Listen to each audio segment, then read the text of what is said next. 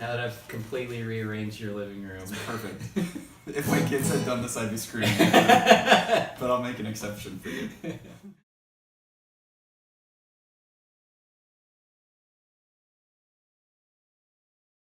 So we're going to play a song by the Grateful Dead. Mm-hmm. There's a lot of great music in 1968, and one band that was just taken off was the Grateful Dead. And they put out an album called Anthem of the Sun.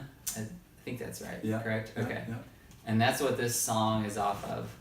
And what's the name of this song? Well, I think there's two songs, Cryptical Envelopment Okay. and the other one. Right. But I don't know. Yeah. I think what we start with is Cryptical Envelopment. Okay, so this is like a multi-part song. And did they try to describe it as like a song cycle or something? Maybe. They were trying to make it intellectual, and I'm not sure how intellectual it was. It was just one song inside of another song. Yeah, yeah. So like there's the big song, which I think the whole band kind of wrote, Cryptical Envelopment. Yeah, yeah. And then Bob Weir, of whom you are a spitting image, both in appearance but especially in voice, wrote a song called The Other One. And this is the most confusing song to play because we'll say, let's play the other one. We'll say, the other what? Well, the other song, the song we're playing before? No, it's a song called The Other One. Yeah. And so it's sandwiched in between these other two. Yeah. And eventually they would just play the other one without the stuff on the outside, right? Yep. They would maybe do it alone or tack it into some other jam. Right. Yeah. Yeah, and it's based on some sort of dream or vision or experience that Bobby had coming down, or I don't know. Yeah. Yeah, about Neil Cassidy. Okay. Right? And Neil Cassidy is the person who Jack Kerouac wrote On the Road about, correct? Right.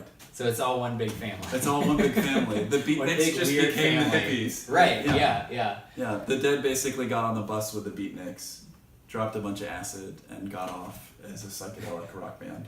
Right, well I wanted to talk about, it's like, I don't know if it was in 1968, but I feel like the Grateful Dead, like, the Beatles like came together as a band by playing in Hamburg, Germany, right? Where they would play like a whole night, and that just like solidified them as a band. And I feel like what solidified the Grateful Dead was playing for the acid tests, right? Yeah. So like... Because they were super... I guess my understanding is that they were just like super low stakes venues. Right. Like they could plug in and not play for a while, and then 6 hours into the gig decide they wanted to pick up their instruments. Right. And they're just like tune up, and people would think it was amazing. Right. Yeah. And somehow that was kind of formative for them. Mm-hmm. And so, anyway, so that's, I think, kind of what this song, or these songs came out of.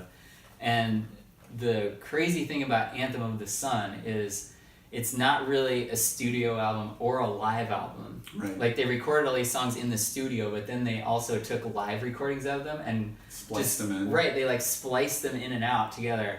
And I think one of the Grateful Dead members said it was like their most adventurous album ever, because it was just like this weird mix of like multiple parts of different songs. That's cool. Which made me think, because I have a recording of us playing this at Crest Springs Pizza Night, we might do some... I think it would be cool to like take the video of us playing it and splice it in with our live performance, because that would be true to the spirit of the song. You should do it. So I might give that a try. If I don't do it, I'll cut this part out. But if you're hearing this part right now, that means I did it. It's because it was spliced.